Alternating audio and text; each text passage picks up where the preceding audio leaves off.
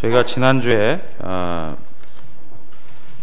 복음을 전할 때 나타날 수 있는 현실에 대해서 말씀을 드렸습니다. 이런 복음 증거 사역에 대한 말씀을 나누면서 우리 안에 이런 고민이 있습니다. 나의 삶의 문제하고는 참 거리가 있는 말씀이다라고 생각하실 수 있습니다. 왜냐하면 우리의 삶에 있어서 내가 복음 증거자로서 사는 경험이 없으면 이런 말씀들이 사실 더 가깝게 들려오지 않습니다.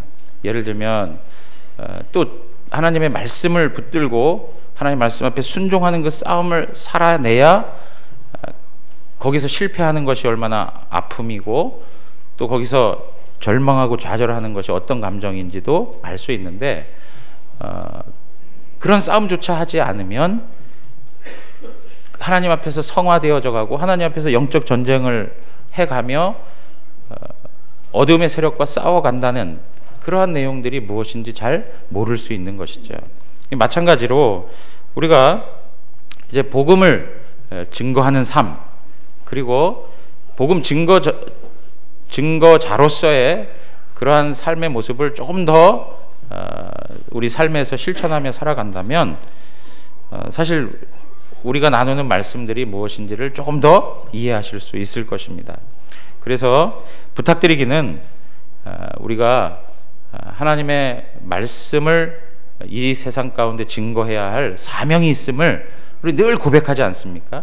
그러면 그 고백대로 우리의 삶의 현장에서 하나님의 말씀을 계속 증거하고 전달하는 그런 삶을 살아가기를 원합니다. 근데 이렇게 삶을 살아갈 때 진정으로 내가 그리스도인으로서 복음을 전하는 삶, 그리고 하나님 말씀을 붙들고 살아가는 삶을 살아가게 되면 세상은 우리를 좋게 바라보지 않을 수 있다는 것이죠. 그래서 예수님께서 뭐라고 했습니까? 그 제자들을 마치 양으로 비유하시면서 그 제자들을 어디에다 보내는 것 같아요? 이리 가운데 보내는 것과 같다, 그렇게 말씀하시는 것입니다. 그러니까 세상 자체에 이리와 같은 그런 싸납고 강팍하고 공격적이고 핍박하는 그런 이들이 있음을 말씀해주고 있습니다. 그러므로 우리가 복음을 전하는 삶, 하나님 말씀을 붙들고 살아가는 삶, 복음에 합당한 삶을 살아간다면 고난과 아픔의 현장을 경험할 수 있다는 것이죠. 세상이 왜 그렇게 우리를 핍박하고 미워하느냐? 지난주에 말씀드릴 때 뭐라고 했습니까? 예수 그리스도를 알지 못하기 때문에 그렇다고 말씀을 드렸습니다. 그래서 우리 주님께서 말씀하신 게 무엇이었냐면, 첫째, 성령님의 지혜를 구하라. 성령과 지혜를 구하라, 이렇게 말씀했습니다.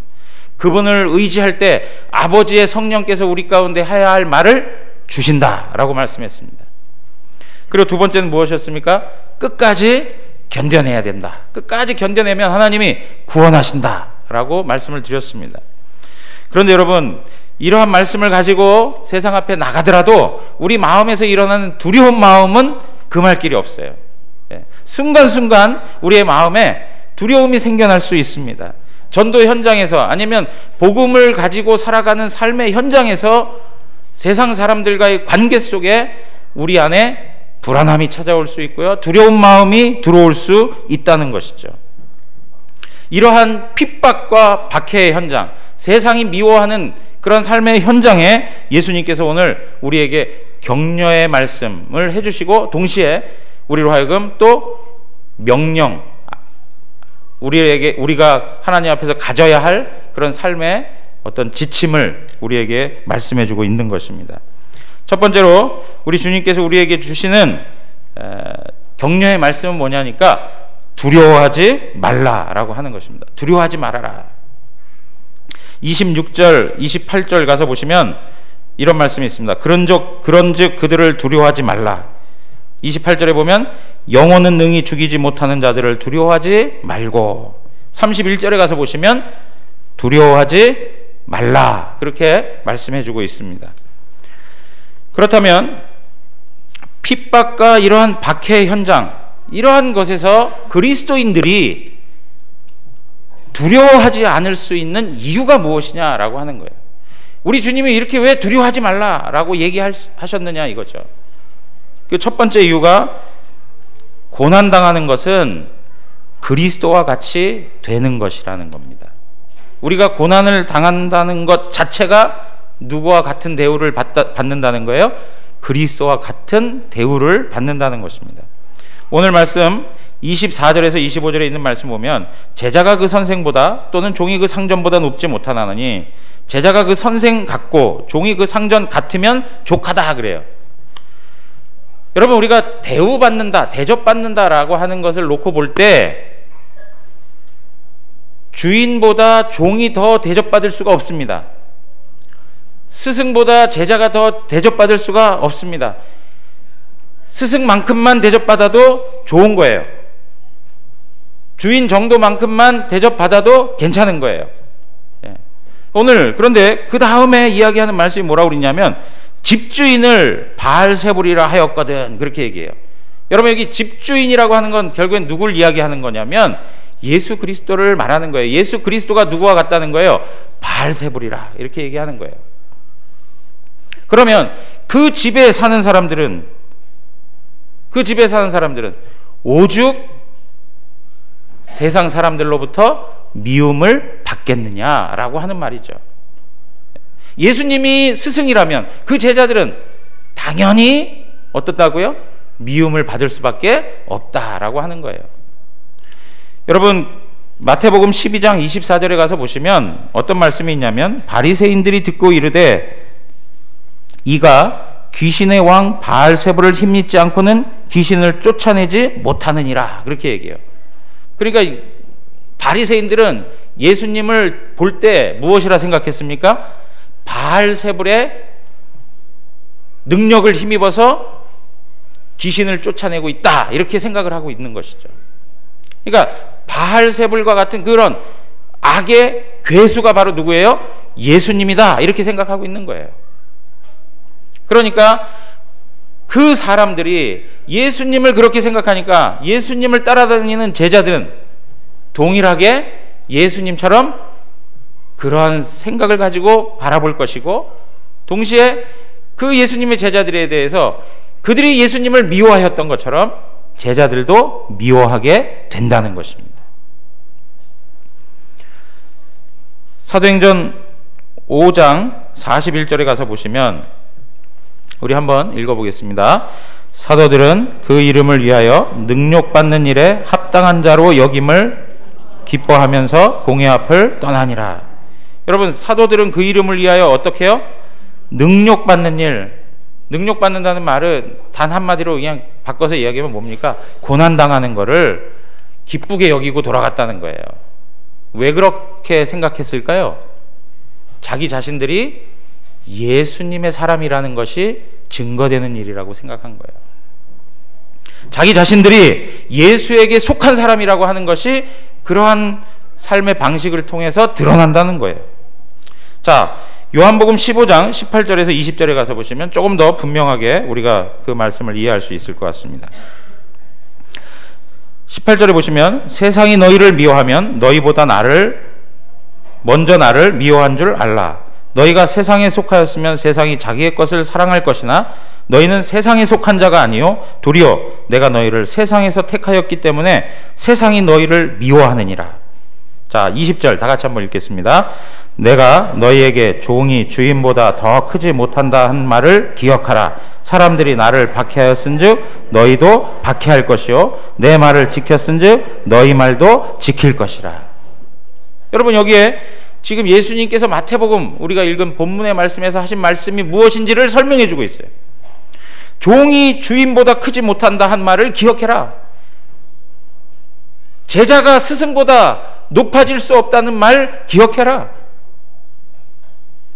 세상이 그 주인을, 그 스승을 미워하고 박해하였다면 마땅히 그를 따르는 제자들, 그를 따르는 종도 박해를 받을 것이다, 그렇게 얘기하는 거예요.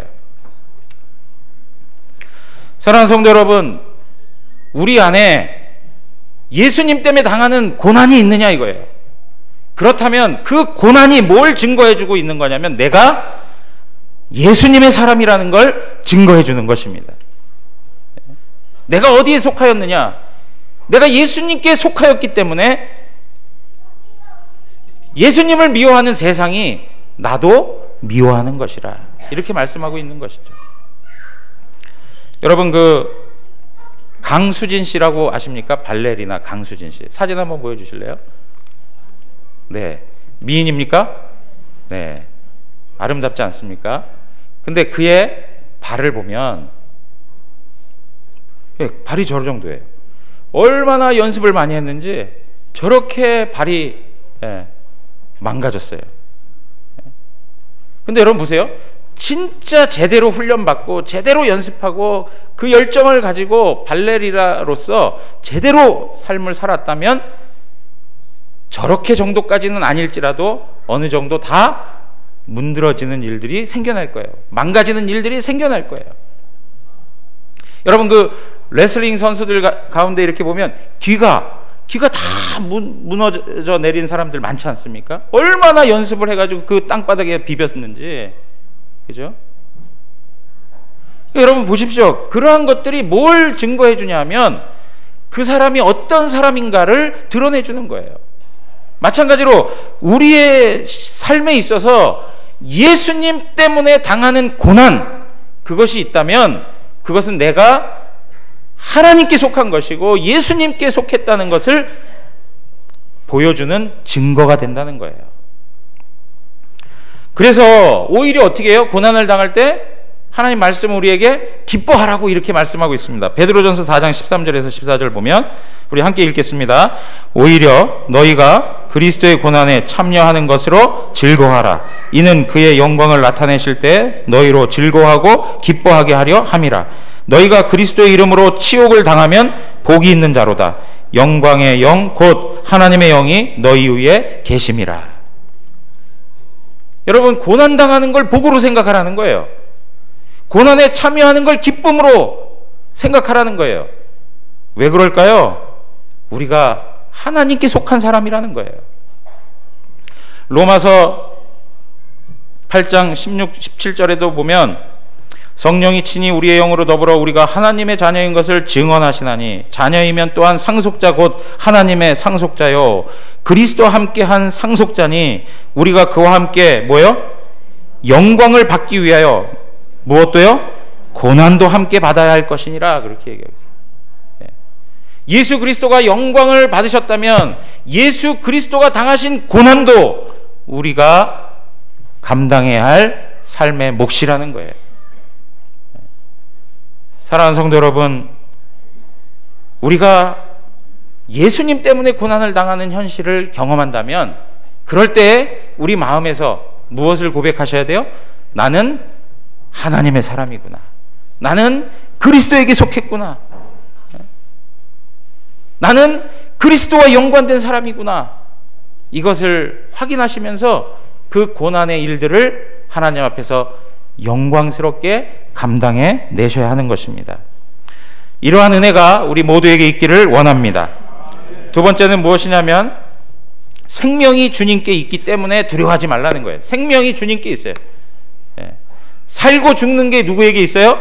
주님께 있다. 28절에 보니까 상반부에 몸은 죽여도 영혼은 능히 죽이지 못하는 자들을 두려워하지 말라, 그렇게 말씀하고 있습니다.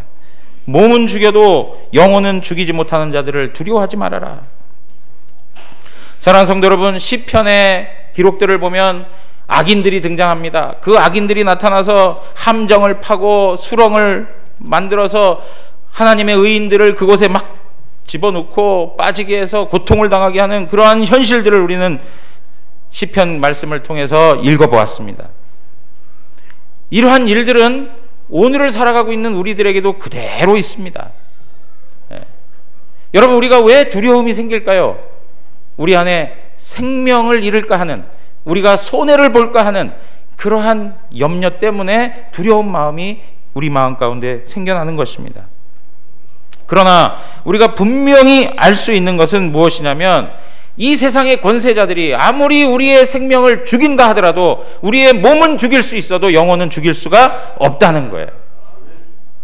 그리고 또 하나 기억해야 되는 게 뭐냐면 영혼만 하나님이 살려두시는 것이냐? 아니라 이거예요. 우리의 영혼이 일시적으로 죽을 수 있어도 예수 그리스도가 재림할 때에 우리에게 영원히 하나님과 더불어 살아갈 새로운 육체를 더해 주실 줄 믿습니다. 잠시 잠깐 우리의 몸을 잃어버리는 것뿐이요, 우리는 영원히 하나님과 거할 새로운 육체와 새로운 영혼, 하나님 앞에서 새로운 부활체로서의 삶을 살아가게 된다는 것이죠. 그래서 사도 바울이 이렇게 고백을 했습니다. 빌립보서 1장 21절에 보니까 이는 내게 사는 것이 그리스도니 죽는 것도 어떻다고요? 유익하다 그랬습니다. 죽는 것도 유익하다. 예. 여러분, 우리가 아까 이제 호스피스 사역에 대해서 오후 예배 때 소개받을 텐데 잘 죽는 거 중요하다라고 말씀을 드렸습니다. 그리스도인들에게 있어서는 이 죽음이라고 하는 것은 끝이 아닙니다. 우리들에게 있어서는 영원한 세계로 들어가는 하나의 문인 것이죠. 하나님의 영광을 충만하게 누릴 수 있는 하나님께서 우리 가운데 허락한 통로인 것이죠. 사랑하는 성도 여러분, 많은 그리스도인들이 바로 이러한 삶을 살아갔습니다. 펠리시타스라고 하는 사람이 있습니다. 이 사람은 104년에 7명의 아들과 함께 순교한 사람입니다. 7명의 아들과 함께 그냥 예수님 때문에 죽임을 당한 사람이에요. 그때 그 사람이 뭐라고 얘기했냐면 나를 죽인다 해도 죽음을 통하여 더욱더 큰 승리를 거두리라 그랬습니다. 나를 죽인다 해도 나는 죽음을 통하여 더욱더 큰 승리를 거두리라 그렇게 말했어요. 사랑하는 성도 여러분, 그리스도인들은 바로 이러한 삶을 가지고 사는 존재들입니다. 더 중요한 건 뭐냐니까 오히려 우리가 두려워해야 한다면 누굴 두려워해야 되냐면 몸과 영혼을 멸하시는 하나님을 두려워해야 한다라고 말씀하고 있습니다. 여러분, 요한복음 5장 28절에서 29절 보면 이를 놀랍게 여기지 말라. 무덤 속에 있는 자가 다 그의 음성을 들을 때가 오나니 선한 일을 행한 자는 생명의 부활로 악한 일을 행한 자는 심판의 부활로 나오리라. 누가 하시는 일입니까? 하나님이 하시는 일들입니다. 히브리서 10장 31절에 보면 살아계신 하나님의 손에 빠져들어가는 것이 무서울진저 그랬습니다. 하나님의 손에 빠져들어가는 것이 무섭다. 시편 119편 118절에서 120절에 있는 말씀 보면 주의 율례들에서 떠나는 자는 주께서 다 멸하셨으니 그들의 속임수는 허무함이니이다. 주께서 세상의 모든 악인들을 찌꺼기같이 버리시니 그러므로 내가 주의 증거들을 사랑하나이다. 우리 120절 함께 읽겠습니다. 내 육체가 주를 두려워함으로 떨며 내가 또 주의 심판을 두려워하나이다. 누굴 두려워해야 돼요? 하나님을 두려워해야 한다는 거예요. 하나님을 두려워해야. 왜 그렇습니까? 하나님은 우리의 모든 것을 붙들고 계시는 분이세요. 우리의 모든 것이 하나님의 손 안에 있습니다. 우리의 생명이 하나님께 속해 있어요. 그러므로 하나님을 두려워할 줄 알아야 된다라고 말씀하고 있는 것입니다. 조지 우이샤트라고 하는 분이 있습니다. 이분도 화형을 당한 분입니다. 화형. 그분이 마지막 죽으면서 이런 말을 했습니다. 만약 말씀으로 인해 당신들에게 핍박이 온다면 몸을 죽이고 영혼은 죽일 수 없는 권세를 두려워하지 마십시오. 그리고 자기 자신은 화형을 당하였습니다. 사랑하는 성도 여러분, 우리가 하나님을 두려워한다는 것은 그냥 무서워 떤다는 이야기가 아니라 그분을 사랑하면서도 그분을 존중하고 그분을 무겁게 여기는 것을 말하고 있는 것입니다. 그러한 하나님에 대한 경외가 우리 안에 있어야 된다라고 말씀하고 있는 것이죠. 실세가 누구세요? 하나님이시라는 거예요. 하나님. 그 하나님, 그분을 두려워할 것을 오늘 말씀은 우리에게 설명해 주고 있습니다. 세 번째, 예수님께서 우리에게 두려워하지 말아라 하신 이유 중에 하나가 무엇이냐면 하나님은 우리의 삶을 구체적으로 돌보시기 때문에 그렇습니다. 하나님은 우리의 삶을 구체적으로 돌보시는 분이시다. 29절에서부터 31절에 있는 말씀 보니까 참새 2마리가 한 아사리온에 팔리지 않느냐. 그러나 너희 아버지께서 허락하지 아니하시면 그 하나도 땅에 떨어지지 아니하니라. 너희에게 머리털까지 다 세신 바 되었나니 두려워하지 말라. 너희는 많은 참새보다 어떻다고요? 귀하다 그랬습니다. 왜 우리가 주님의 복음을 위해 살아가면서, 우리가 하나님 말씀을 부여잡고 살아가면서 우리가 세상을 두려워하지 않을 수 있는가? 그것은 우리의 전 삶이 하나님의 손에 있기 때문에 그렇다는 것이죠. 그리고 그 하나님이 우리를 구체적으로 돌봐주시는 아버지 같은 분이라는 거예요. 아버지. 여러분 보십시오. 오늘 이 말씀은 하나님의 섭리를 우리에게 말씀해주고 있습니다.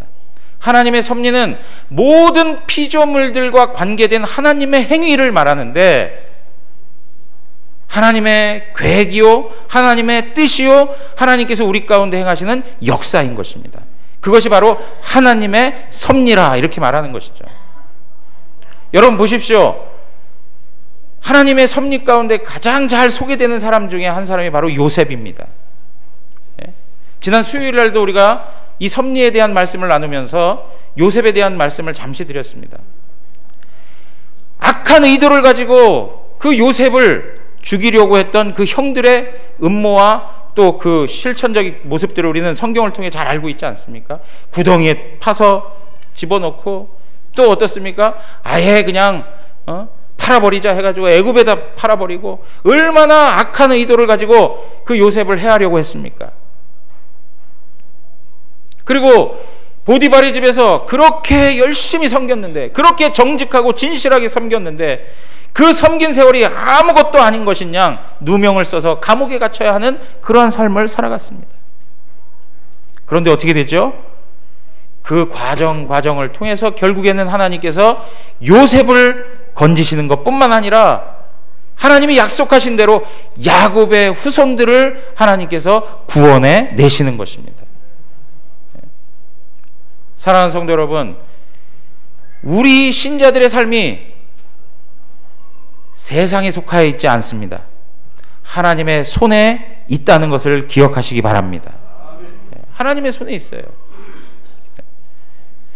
그래서 요한복음 10장 28절에서 29절, 우리 자주 읽는 말씀이지만 계속 읽어서 마음 가운데 두기를 원합니다. 28절부터 다 같이 한번 읽겠습니다. 내가 그들에게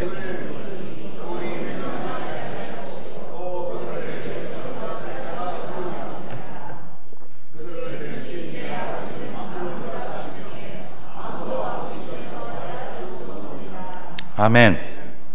여러분, 여기 주님께서 영생을 주신다고 합니다. 영원히 멸망하지 않을 것이라고 얘기하죠. 그러면서 뭐라고 말씀하십니까? 내 손에서 뺏을 자가 없다, 그렇게 말씀하고 있습니다. 내 손에서 뺏을 자가 없다. 그러면서 그들을 주신 내 아버지는 만물보다 크시다. 그래서 아무도 아버지의 손에서 빼앗을 수 없다 그럽니다. 사랑하는 성도 여러분, 모든 만물보다 크신 하나님이 우리의 아버지이십니다. 우리의 삶을 하나님께서 빼앗기지 아니하십니다. 우리의 영혼과 우리의 모든 것들을 하나님께서 붙들고 계십니다. 그래서 로마서 8장에서도 뭐라고 얘기합니까? 사망이나 권세자들이나 뭐 높음이나 기쁨이나 이 세상의 어떤 피조물이라도 우리를 하나님의 사랑에서 끊을 수 없으리라. 하나님의 사랑에서 끊어질 수가 없다. 사랑하는 성도 여러분, 우리 삶에 공고한 삶의 모습들이 있습니까? 고난당하여 고통 가운데 신음하고 있습니까? 그 삶의 내용도 누가 주신 거예요? 하나님이 주신 것입니다. 하나님이 주신 거예요. 그렇기 때문에 하나님이 붙들고 계시고 하나님께서 우리의 삶을 인도해 주실 것입니다. 이것이 바로 하나님의 섭리를 믿고 살아가는 성도들의 고백인 것이에요. 하나님의 섭리의 손길이 있다. 오늘 말씀에도 뭐라고 그래요? 머리털 하나도 다 세시는 하나님이라고 그래요. 우리들의 머리털 하나를 다 세신다. 그 이야기는 뭡니까? 아주 작은 것까지라도 하나님께서 관심을 갖고 낱낱이 우리의 삶을 살피시는 하나님이시라는 거예요. 우리에게 인자하심과 선하심으로 우리의 삶을 매일 새롭게 세워가시는 은혜로우신 하나님이십니다.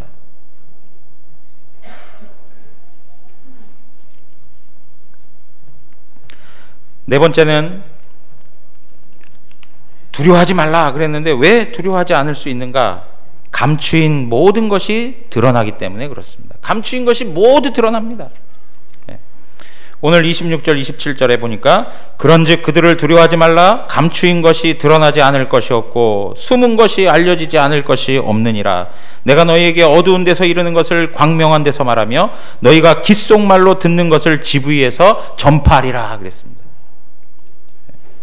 사랑하는 성도 여러분, 세상은 복음을 이해하지 못합니다. 그래서 마태복음 13장에도 뭐라고 말씀하고 있습니까? 보기는 보아도 알지 못하고 깨닫지 못한다고 이야기하고 있습니다. 하나님의 복음에 대하여서 다 이해하는 그때는 예수 그리스도의 재림, 그 영광스러운 주님의 나라가 임할 때야 그러한 왜곡됨이나 이해하지 못하는 그런 일들이 없어질 것입니다. 여러분, 제자들도요, 예수님을 따라다닐 때만 해도 어떻습니까? 예수님이 무슨 말씀을 하시는지 잘 몰랐습니다. 요한복음 12장 16절에 가서 보시면 이런 말씀을 하셨습니다. 제자들은 처음에 이 일을 깨닫지 못하였다가, 그렇게 말씀하고 있어요. 제자들은 처음에는 이 일을 깨닫지 못하다가 예수께서 영광을 얻으신 후에야 이것이 예수께 대하여 기록된 것임과 사람들이 예수께 이와 같이 한 것임이 생각났더라. 사랑하는 성도 여러분, 하나님의 계시의 말씀은 계속 점진적으로 더욱더 드러나고 있습니다. 예수 그리스도께서 이 땅에 오심으로 말미암아 구약에서 예언했던 하나님의 말씀이 성취되었습니다. 그러나 예수님의 초림과 예수님의 재림 사이에 살아가고 있는 우리들에게도 여전히 아직 성취되어야 할 하나님의 말씀이 있습니다. 예수님의 재림을 통하여서 하나님께서 우리에게 약속하셨던 그 말씀이 완전히 이루어지는 날이 있게 될 줄 믿습니다. 그냥 고난 그것 자체로 끝나는 것이 아니라 하나님께서 완전히 다 모든 것들을 분명하게 드러내실 날이 있다는 것이죠. 빌립보서 2장 10절에서 11절 보면 하늘에 있는 자들과 땅에 있는 자들과 땅 아래에 있는 자들로 모든 무릎을 예수의 이름에 꿇게 하시고 모든 입으로 예수 그리스도를 주라 시인하여 하나님 아버지께 영광을 돌리게 하셨느니라 그래요. 사랑하는 성도 여러분, 모든 만물을, 모든 입을 예수 그리스도 앞에 꿇게 하시고 예수 그리스도를 주로 시인하도록 하나님께서 만드셨습니다. 그 일들을 완전히 이루실 그 날이 우리 가운데 있습니다. 고난당하는 그것으로, 고통당하는 그 현실로 끝나는 인생이 아니라 하나님께서 우리 개인의 인생을 통해서도 하나님의 하나님 되심을 드러내시고 예수님께서 제자들에게 귓속말로 했던 그 말씀을 온 세상이 진동하도록 말씀 들려주시는, 알게 하시는 그 영광스러운 날을 우리에게 허락해 주실 줄 믿습니다. 그 날을 바라보면서 우리가 살아가야 하는 것입니다. 결론적으로 우리 주님께서 말씀하시죠. 두려워하지 말아라. 디모데후서 1장 7절에 있는 말씀, 7절에서 8절에 있는 말씀 한번 다 같이 읽겠습니다.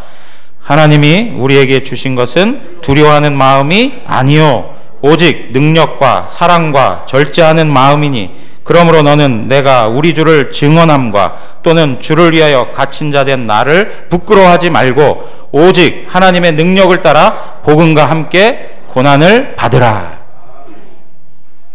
여러분, 주님과 함께 고난 받기를 원하십니까? 이게 우리 주님이 우리에게 말씀하신 거예요. 복음대로 살면, 복음에 합당하게 걸어가면 고난이 오게 된다는 거예요. 그럴 때 두려워하지 말고 하나님의 능력 가운데서, 하나님의 사랑 가운데서 믿음으로 복음과 함께 고난을 당하라 말씀하고 있는 것입니다. 사랑하는 성도 여러분, 오늘 예수님께서는 우리에게 이러한 말씀을 통해서 우리에게 격려와 위로를 허락해 주시는 것입니다. 그러면서 예수님께서 우리에게 명령하십니다. 뭐라고 얘기하냐면 시인하라, 시인하라. 예. 우리에게 하나님 앞에서 해야 할 삶의 내용을 또 안내해 주시는데 그건 무엇이냐니까 시인하라는 것입니다. 32절 우리 다 같이 한번 읽겠습니다. 본문 말씀 32절. 누구든지 사람 앞에서 나를 시인하면 나도 하늘에 계신 내 아버지 앞에서 그를 시인할 것이요. 예. 시인하라. 여러분, 우리가 주님을 시인한다라고 하는 말은 그 주님에 대하여서 공개적으로, 공적으로 고백한다는 말을 담고 있습니다. 예수님을 시인한다라고 하는 말은 개인적인 고백의 내용이 아니라 공개적으로 그분을 인정하고 그분을 고백한다라고 하는 의미가 담겨 있는 것입니다. 그래서 사도행전 5장 29절에 가서 보시면 베드로와 사도들이 대답하여 이르되 사람보다 하나님께 순종하는 것이 마땅하니라 이렇게 표현합니다.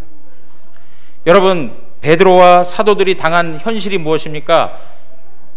박해의 현장입니다. 고난의 현장입니다. 세상이 미워하는 현장입니다. 그러한 곳에서 수많은 사람들 앞에서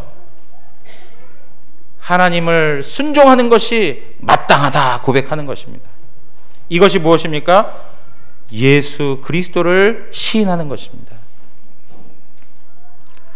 사랑하는 성도 여러분, 우리 마음 가운데 두려움이 들어오기 때문에 공개적으로 주님을 시인하지 못할 때가 참 많습니다.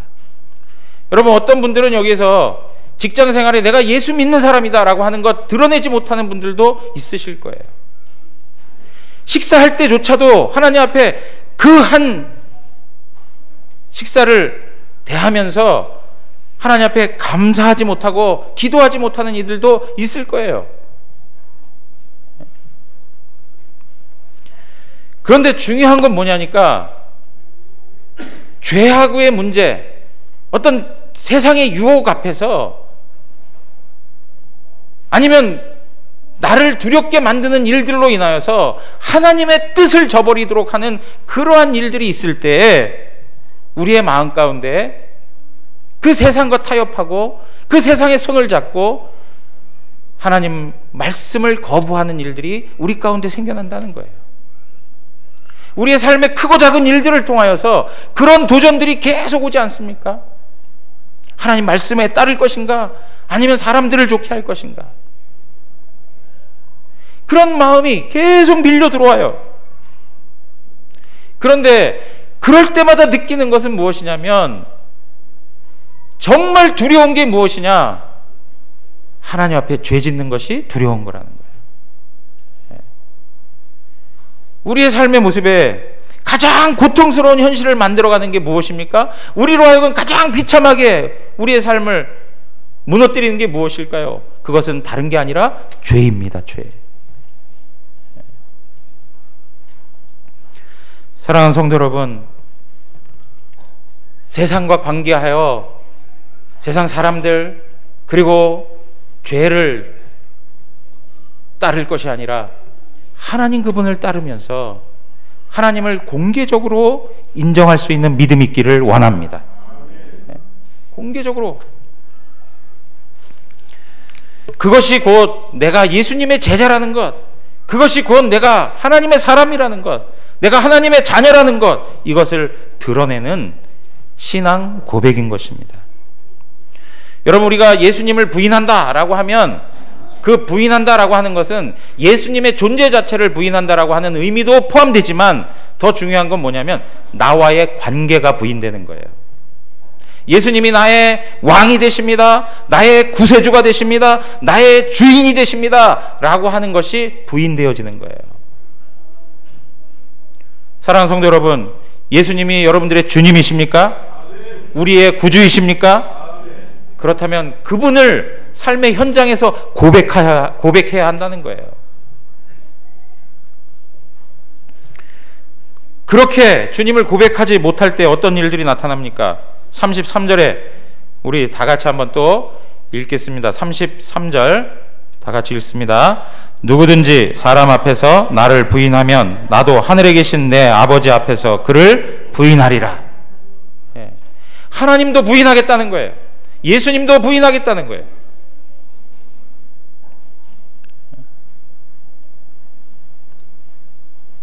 그래서 마태복음 7장 23절에 보면 그때 내가 그들에게 밝히 말하되 내가 너희를 도무지 알지 못하니 불법을 행하는 자들아 내게서 떠나가라 그랬습니다. 내가 너희를 도무지 알지 못한다. 부인하는 거죠. 부인하는 거예요. 어떤 분이 이런 질문을 해요. 그럼 목사님, 베드로는 그럼 뭡니까? 베드로 3번씩이나 부인했는데. 근데 베드로는요, 궁극적인 부인이 아니었던 것이죠. 베드로는요, 끝까지 하나님이 붙들고 있었던 것이죠. 그래서 사실은 이러한 부인이라는 것은 우리의 신앙적 고백을 다 하는 그날까지 살펴봐야 되지, 누가 함부로 정죄할 수가 없습니다. 본인과 하나님하고의 관계 속에서 일어나는 것이죠. 누가복음 22장 31절에서 32절에 보면 시몬아 시몬아 보라 사탄이 너희를 밀가부르듯 하려고 요구하였으나 그러나 내가 너를 위하여 내 믿음이 떨어지지 않기를 기도하였노니 너는 돌이킨 후에 내 형제를 굳게 하라 그랬습니다. 그러니까 베드로의 이 부인은 궁극적으로 최후에 예수님을 부인하는 일들이 아닌 것이죠.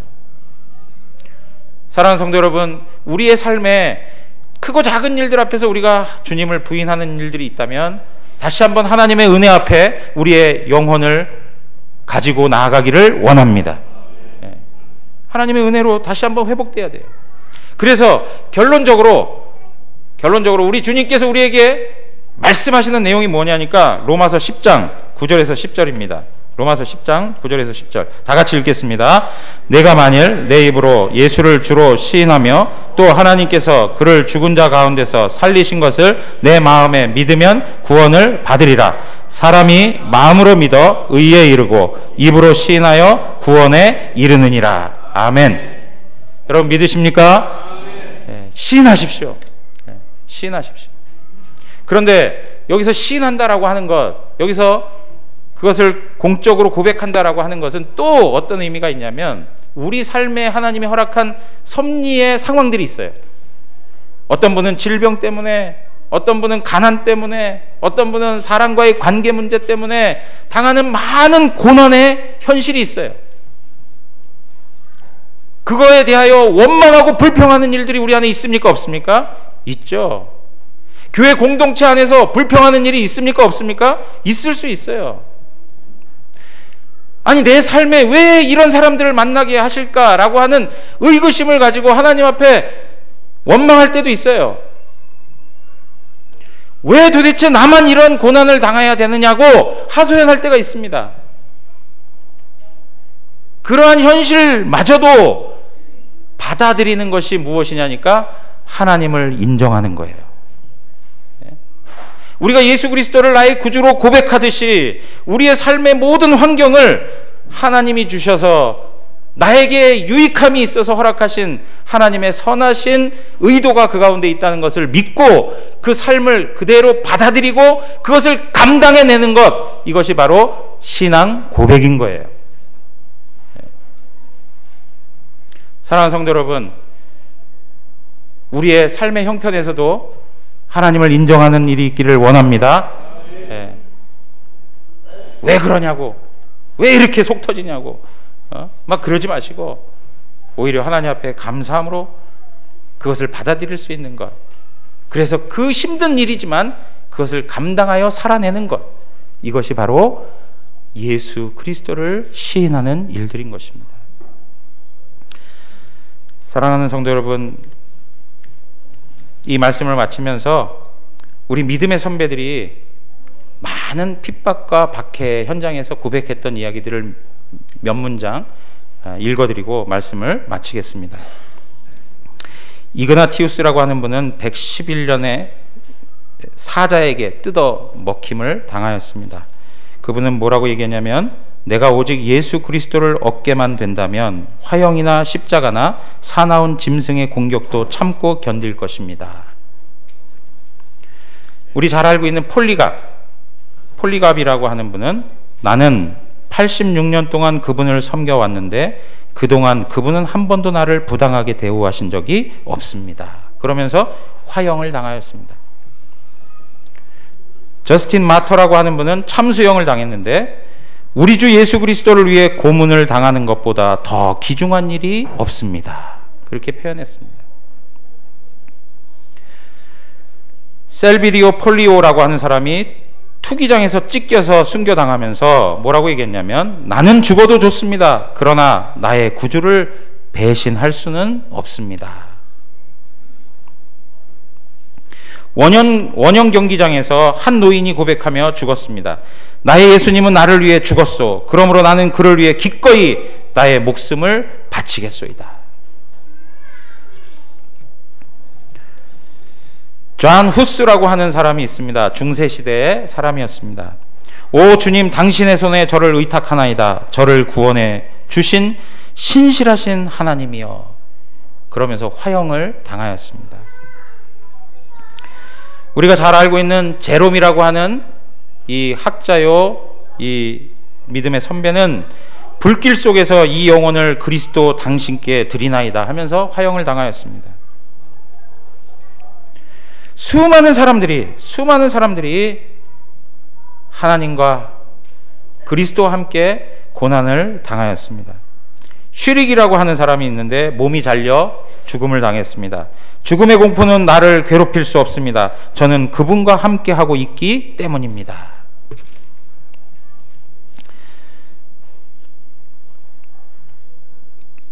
마지막 한 분만 더 소개하겠습니다. 단두대에서 죽음을 당했던 한 귀족의 고백입니다. 내 마음을 조사해봐라.